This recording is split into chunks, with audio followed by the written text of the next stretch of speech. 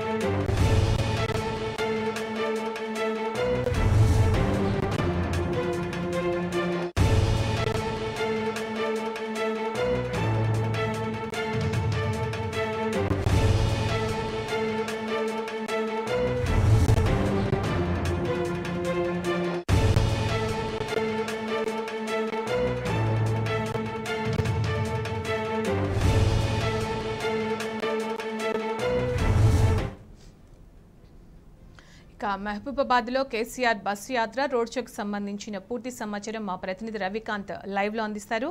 Ravikanth, road షోకు సంబంధించి updates ఏంటి రవికాంత్?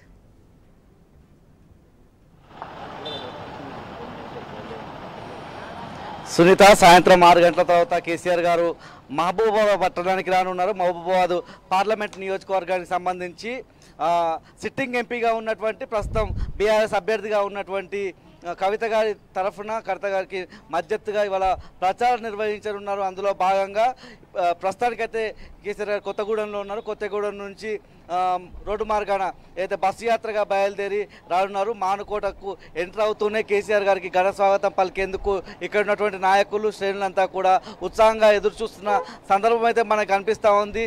మానుకోట పట్టణం అంతా కూడా గులాబీమయమైన సందర్భం మనకు కనిపిస్తూ ఉంది. ఎటు చూసిన గులాబీ తోరణాలే మనకు దర్శనమిస్తున్న సందర్భం మనం చూస్తూ ఉన్నాము. కేసీఆర్ గారు కొత్తగూడెం నుంచి ఇటు ఇల్లందు అదేవిధంగా బయ్యారం మీదుగా మహబూబాబాద్ పట్టణంలోకి చేరుకుంటారు. మహబూబాబాద్ పట్టణానికి సంబంధించి ఇక్కడికి వచ్చిన తర్వాత బస్సు యాత్ర ద్వారా ఇక్కడ రోడ్ షో చేస్తారు. కేసీఆర్ గారు ఎప్పుడు వస్తారా అని చెప్పి ఇక్కడ ఉన్నటువంటి ప్రధానికం కావచ్చు అందరూ ఎదురు చూస్తున్న సందర్భం. కేసీఆర్ గారు వచ్చి ఎలాంటి సందేశం ఇస్తారని చెప్పి ఎదురు చూస్తున్న సందర్భం మనకు కనిపిస్తూ ఉంది. మానుకోట వీధులన్నీ కూడా పెద్ద ఎత్తున గులాబీమయమైన సందర్భం మనకు కనిపిస్తూ ఉంది. ఫ్లెక్సీలు కావచ్చు, ఇవాళ ఏదైతే తోరణాలు, గులాబీ తోరణాల మయమైన సందర్భం మాత్రం మనం చూస్తూ ఉన్నాము. పూర్తి స్థాయిలో మహబూబాబాద్ పట్టణానికి సంబంధించి ఏదైతే బస్సు యాత్ర ఇక్కడ జిల్లా కేంద్రంలో ఉన్నటువంటి డిస్టిక్ హాస్పిటల్ ఉంటుంది, ఆ డిస్టిక్ హాస్పిటల్ నుంచి ఇక్కడ బస్సు యాత్ర మొదలవుతుంది. అక్కడి నుంచి ఏదైతే నెహ్రూ సెంటర్ కావచ్చు, ఇందిరాగాంధీ సెంటర్ వరకు బస్సు యాత్ర చేరుకుంటుంది. బస్సు యాత్ర చేరుకున్న తర్వాత మనం చూసినట్టయితే విజువల్స్లో అంతా సౌండింగ్ కావచ్చు, ఏదైతే గులాబీ బెలూన్స్ కూడా ఏర్పాటు చేసిన సందర్భం మనం చూపిస్తున్నటువంటి రోడ్డు మార్గం సంబంధించి ఇదే రోడ్లో కేసీఆర్ గారు వచ్చి ఇందిరాగాంధీ సెంటర్ అంటారు ఈ ప్రాంతాన్ని అంతా కూడా.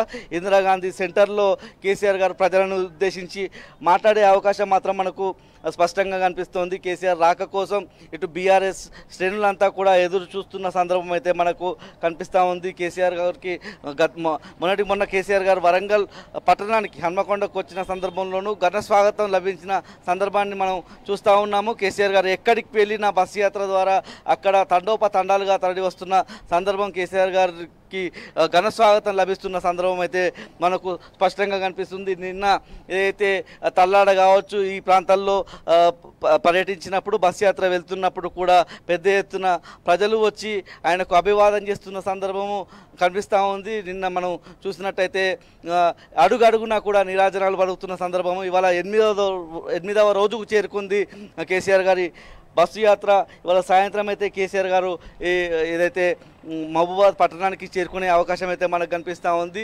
దీనికి సంబంధించి ముఖ్యంగా ఇటు మహబూబాబాద్ నియోజకవర్గం పార్లమెంట్ నియోజకవర్గానికి సంబంధించి మొత్తం 7 నియోజకవర్గాలు ఏదైతే మహబూబాబాద్ నియోజకవర్గం కాకుండా డోర్నకల్లు, అదేవిధంగా ములుగు, నర్సంపేట, ఇల్లందు, అదేవిధంగా కొత్తగూడెం ఇవన్నీ ప్రాంతాల నుంచి భద్రాచలం ఇవన్నీ ప్రాంతాల నుంచి దాదాపు 70,000 పైచిలకు ప్రజానీకం అంతా కూడా ఇక్కడికి స్వచ్ఛందంగా చేరుకుని కేసీఆర్ గారి మాటలు వినేందుకైతే ఆసక్తిగా తరలి వస్తున్న సందర్భం అయితే మనకు కనిపిస్తూ ఉంది. సాయంత్రం 6 గంటల తర్వాత కేసీఆర్ గారు మహబూబాబాద్ పట్టణానికి చేరుకొనున్న అవకాశం అయితే మనకు కనిపిస్తూ ఉంది. మహబూబాబాద్ 2014 ముందు ఎలా ఉండేది, 2014 తర్వాత తెలంగాణ స్వరాష్ట్రంగా ఏర్పడిన తర్వాత కేసీఆర్ గారు ముఖ్యమంత్రి అయిన తర్వాత ఎలా మారిందనడానికి రోడ్లన్నీ కూడా ఉదాహరణగా మనం చెప్పుకోవాల్సి ఉండే చిన్న చిన్న రోడ్లుగా ఉండే ఒక పల్లెటూరు మాదిరిగా ఉన్నటువంటి మహబూబాబాద్ ఇవాళ మున్సిపాలిటీ అయింది, జిల్లా కేంద్రం అయింది, ఇక్కడ జిల్లా ఆసుపత్రి వచ్చింది. దాంతోపాటు ఇక్కడికి ఒక ఏదైతే మెడికల్ కాలేజ్ వచ్చిన సందర్భము, ఇంజనీరింగ్ కాలేజ్ వచ్చిన సందర్భము, ఇది ఒక విద్యా హబ్గా మారుతున్న సందర్భాన్ని మనం గుర్తు చేసుకోవాల్సి ఉంటుంది. రైతాంగం కూడా ఇక్కడ నుంచి మహబూబాబాద్ జిల్లా నుంచి పెద్ద ఎత్తున ధాన్యం ఉత్పత్తి కూడా జరుగుతున్న నేపథ్యం, మిర్చి ఉత్పత్తి కూడా ఇక్కడ నుంచి పెద్ద ఎత్తున జరుగుతున్న నేపథ్యాన్ని మనం తెలంగాణ రాష్ట్రం ఏర్పడిన తర్వాత చూస్తున్న సందర్భం అయితే మనం చూస్తూ ఉన్నాము. అదే సందర్భంలో ఇవాళ 2023లో ఎప్పుడైతే కాంగ్రెస్ అధికారంలోకి వచ్చిందో ఈ 4 నెలల నుంచి రైతాంగం అంతా కూడా తీవ్రమైన ఇబ్బందులను ఎదుర్కొంటున్న సందర్భం అయితే మనం స్పష్టంగా చూస్తున్నాం. మహబూబాబాద్ జిల్లాకు సంబంధించి అనేక మంది రైతులు కూడా ఈ మధ్యకాలంలోనే ఆత్మహత్యలు చేస్తున్న సందర్భం అయితే మనకు కనిపిస్తూ ఉంది. అనేక ప్రాంతాల్లో ఇక్కడ ఉన్నటువంటి వాగులు ఎండిపోతున్నాయి, ఇక్కడ ఉన్నటువంటి చెరువులు ఎండిపోతున్న సందర్భం, కెనాల్స్ అన్ని ఎండిపోతున్న సందర్భం అయితే మనకు స్పష్టంగా కనిపిస్తుంది. రైతాంగం అంతా మరోసారి కేసీఆర్ నాయకత్వాన్ని కోరుకుంటున్న సందర్భం, కేసీఆర్ గారు కూడా అనేక సమావేశాల్లో సభల్లో చెప్తున్న సందర్భము, ఏదైతే రోడ్ షోల ద్వారా వస్తున్న సందర్భంలో ప్రజానికి అంతా పిలుపునిస్తున్నారు. 10-12 సీట్లు బీఆర్ఎస్కి ఇవ్వండి, అప్పుడు బీఆర్ఎస్ బలాన్ని నాకు బలం ఇవ్వండి, మీకు నేను బలంగా నిలుస్తాననే అంశాన్ని స్పష్టంగా చెప్తున్న నేపథ్యంలో ఇవన్నీ కూడా ప్రజలను ఆలోచింపజేస్తున్న సందర్భం అయితే మనకు స్పష్టంగా కనిపిస్తుంది. సాయంత్రం 6 గంటల తర్వాత అయితే కేసీఆర్ గారు రానున్నారు.